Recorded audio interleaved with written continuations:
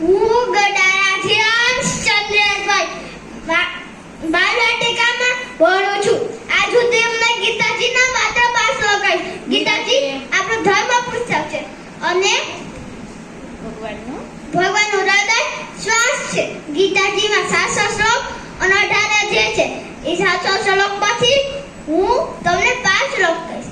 પહેલા તેનો પહેલો શ્લોક, ધર્મક્ષેત્રે કુરુક્ષેત્રે સમવેતાયુયુત્સવ મામકા પાંડવાશ્ચૈવ કિં કુરવર્ત સંજય. એટલે કે ધર્મક્ષેત્ર કુરુક્ષેત્રના મળેલા શું કરે છે?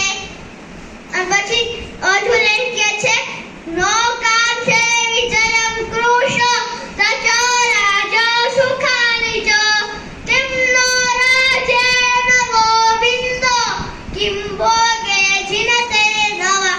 એટલે કે મારે મારા સગાને મારી કોઈ નથી જોતું.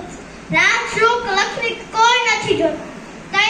તે કૃષ્ણ એમ કે છે, તે અર્જુન હથિયાર મૂકી દે છે. તે કૃષ્ણ એમ કે છે કર્મણીએ વાતિકારસ્તે મા ફલેષુ કદાચન મા કર્મ ફલ હેતુ ભૂર્મા તે સંગો અસ્ત કર્મણીએ.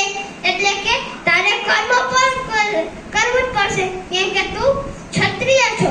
એટલે પછી તારું ધર્મ છે કે યુદ્ધ કરવાનું.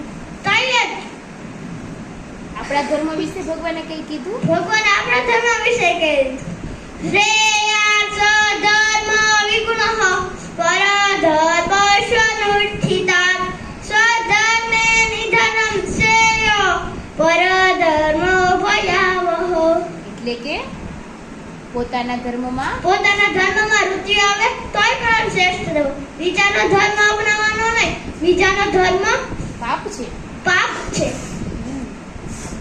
પછી છેલ્લા યત્ર યોગેશ્વર કૃષ્ણ યત્ત પાર્થ ધનુધર તત્ર શ્રી વિજય ભૂતિ ધુરાની તીર્મતી મમ. એટલે કે ગાંડીવધારી અર્જુન, જ્યાં ભગવાન કૃષ્ણ હોય, ગાંડીવધારી અર્જુન, શ્રી વિજય લક્ષ્મી હોય છે, ત્યાં જ આપણે જીત મળે છે. Bye bye. બીજા વિડીયોમાં મળશી.